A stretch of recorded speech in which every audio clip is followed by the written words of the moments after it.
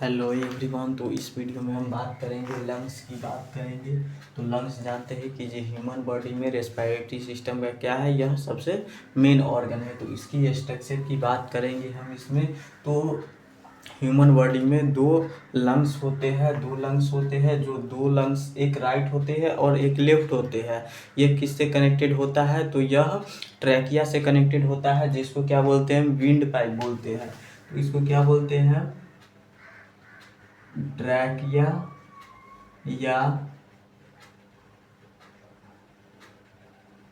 या wind pipe बोलते हैं।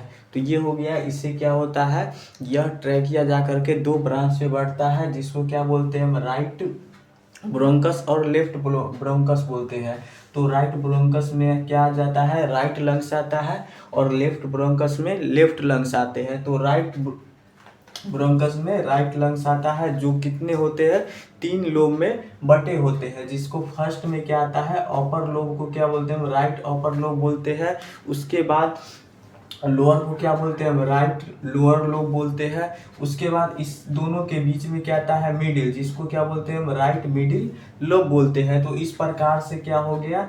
राइट लंग्स जो हो गया वो किससे कनेक्टेड रहता है? तो राइट ब्रोंकस से कनेक्टेड रहता है। राइट ब्रोंकस से जो लंग्स कनेक्टेड रहता है वो 3 लोब्स में क्या होते हैं? डिवाइड होते हैं।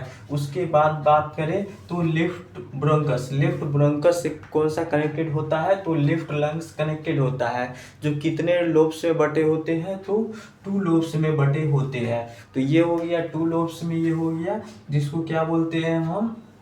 लेफ्ट अपर लोब बोलते हैं और लेफ्ट लोअर लोब बोलते हैं। तो ये 2 लोब में बटा होता है।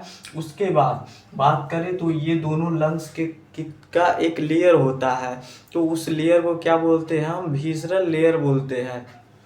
उस लेयर को क्या बोलते हैं हम? विसरल और पेराइटल लेयर बोलते हैं। उसको कंप्लीट क्या बोलते हैं? प्लूरा। प्लूरा मीन्स क्या? लंग्स का लेयर। तो बात करेंगे हम इनर लेयर को क्या बोलेंगे हम? तो इनर को बोलेंगे हम विसरल प्लूरा। इनर लेयर को, लंग्स के इनर लेयर को विसरल प्लूरा बोलेंगे, और आउटर लेयर को क्या बोलेंगे हम? Parietal pleura. तो ये हो गया लंग्स के लोब हो गया। उसके बाद लंग्स का लेयर हो गया। अब इसके बाद बात करेंगे हम इसका ब्रांच। तो इसकी ब्रांच की बात करेंगे तो उससे पहले हम बात करेंगे तो ये किससे कवर्ड रहता है? लंग्स जो है वो किससे कवर्ड रहेगा? तो वो रिब्स से कवर्ड रहता है। जो क्या करता है? रिब्स क्या करता है? लंग्स को प्रोटेक्शन का काम करता है, प्रोटेक्ट करके इसको रखने का काम करता है। तो उसी का यह क्या हो गया? इंडिकेशन हो गया। यह क्या है? सब रिब्स है। तो ये हो गया जो क्या करता है? इसको कवर्ड करके रखता है। उसके बाद बात करें दो लंग्स के बीच में कुछ स्पेस होते हैं, ठीक है। तो 2 लंग्स के बीच के स्पेस को हम क्या बोलते हैं? Media sternum. तो मीडिया स्टर्नम 2 लंग्स के बीच के स्पेस को बोलते हैं। उसके बाद बात करें तो राइट लंग्स जो होता है वो क्या होगा? तो साइज में बड़ा होता है। किसके? तो लेफ्ट लेफ्ट लंग्स के क्या होता है? राइट लंग्स जो होता है वो साइज में बड़ा होता है। उसके बाद लेफ्ट लंग्स की में आएंगे तो लेफ्ट लंग्स में एक नोच होता है। वो उस नोच को क्या बोलते हैं हम? तो कार्डियक नोच बोलते हैं। तो यह नोच जो होता है इसमें क्या होता है? यहाँ पे हार्ट का डायग्राम होता है, जिसके कारण इस लेफ्ट लंग्स का क्या है? शेप ही ऐसा बन गया है। इसमें एक नोच बन गया है। तो नोच को क्या बोलते हैं? कार्डियक नोच बोलते हैं। और लंग्स किस साइड में होता है?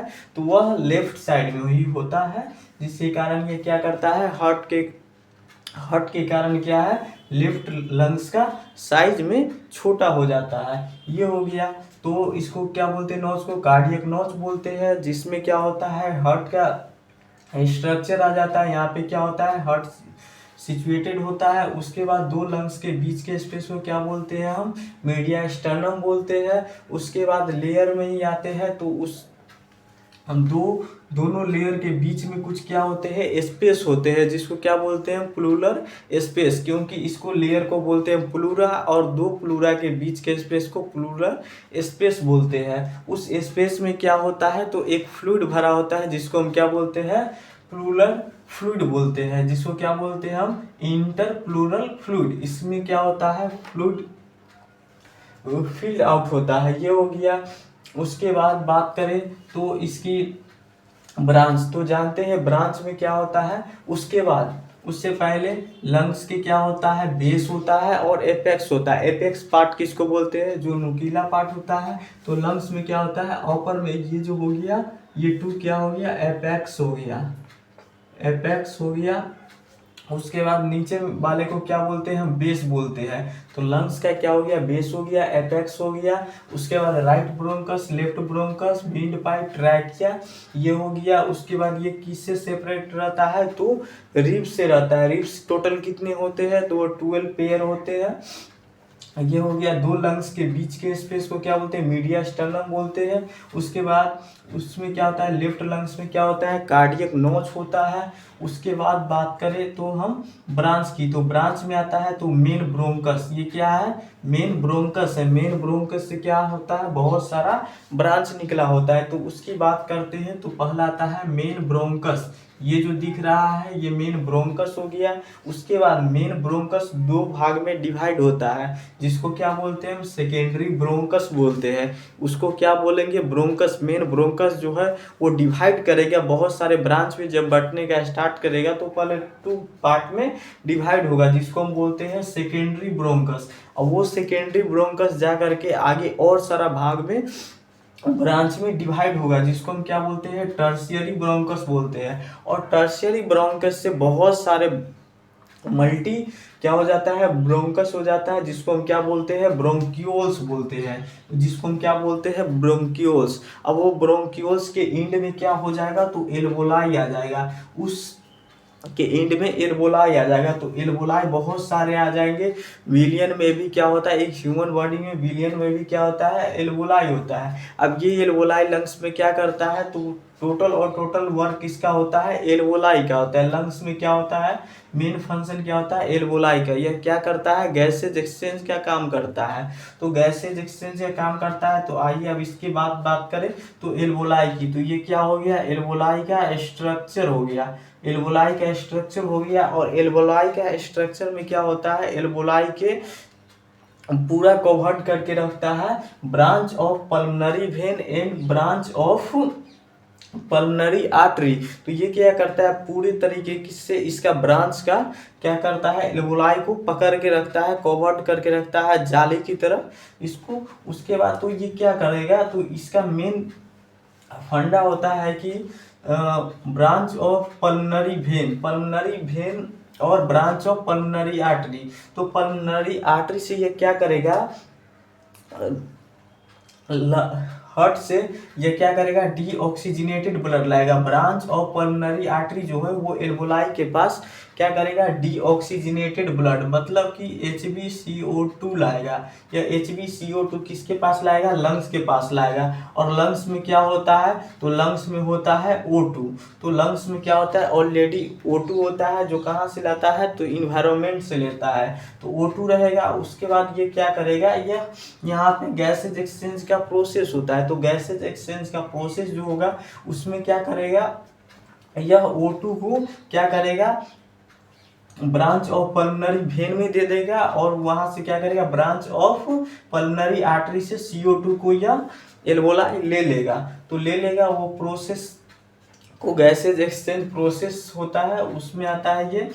तो उसके बाद क्या होता है कि यह ले लेगा। तो यहाँ से क्या होता है गैसेज एक्सचेंज का प्रोसेस होता है। उसके बाद ब्रांच ऑफ पल्मनरी वेन ये लेगा। उसके बाद ये जा करके कहाँ ले जाएगा हार्ट में ले जाएगा। और हार्ट में ले जा करके ये क्या करेगा तो लेफ्ट एट्रियम में डालेगा। लेफ्ट एट्रियम के बाद लेफ्ट वेंट्रिकल में जाएगा और वहां से एवर्टा के थ्रू फिर से फुल बॉडी में क्या करेगा ये सप्लाई कर देगा। तो ये हो गया। तो इसके बाद इससे क्या होता है कैपिलरी इससे कनेक्टेड होता है। कैपिलरी किसको बोलते हैं तो वो ब्लड वेसल्स जो क्या करता है आर्टरी और वेन को क्या करता है कनेक्ट करता है, उसको क्या बोलते हैं हम कैपिलरी बोलते हैं। तो कैपिलरी क्या होता है इससे कनेक्टेड होता है। इसमें क्या आ जाता है RBC आरबीसी आता है। ऑक्सीजन और CO2 को कैरी कौन करता है, तो आरबीसी करता है। आरबीसी आता है, यह एल्वोलाई का स्ट्रक्चर है। तो एल्वोलाई में कौन सा सेल होता है, तो एल्वोलाई में आता है स्क्वामस इपिथेलियल सेल का बना होता है। एल्वोलाई का वॉल दीवार जो होता है वो स्क्वामस इपिथेलियल सेल से एल्वोलाई का दीवार बना होता है। उसके बाद ब्लड वेसल्स जिसको कैपिलरी बोलते हैं उसको तो एंडोथेलियल सेल से इसका बना ही होता है वॉल। तो इसमें आता है आरबीसी जो क्या करता है, डीऑक्सीजनेटेड ब्लड को लाता है, जिसमें से क्या होता है CO2 को यह एल्वोलाई ले लेता है और उसके बाद O2 को क्या करता है, यह आरबीसी को देता है और ये आरबीसी क्या करता है O2 को लेकर के और कैरी करते हुए ब्रांच ऑफ पल्मोनरी वेन के थ्रू क्या करेगा, राइट लेफ्ट एट्रियम में डाल देगा। तो इस टोटल प्रोसेस यही चलते रहता है लंग्स एंड हार्ट के बीच। तो लंग्स का स्ट्रक्चर हो गया, उसके बाद इसका ब्रांच हो गया, और लंग्स में क्या होता है, यह हॉलो स्ट्रक्चर होता है जिसमें केवल और केवल फंक्शन क्या होता है, मेन फंक्शन जो होता है वो एल्वोलाई का होता है। एल्वोलाई किसके, ये सब जो सिस्टम जो भी डायग्राम एंड एल्वोलाई की जो बात कर रहे हैं वो किस में आता है, तो रेस्पिरेटरी सिस्टम के अंडर में आता है। तो लंग्स के लिए इतना ही बेसिक नॉलेज के लिए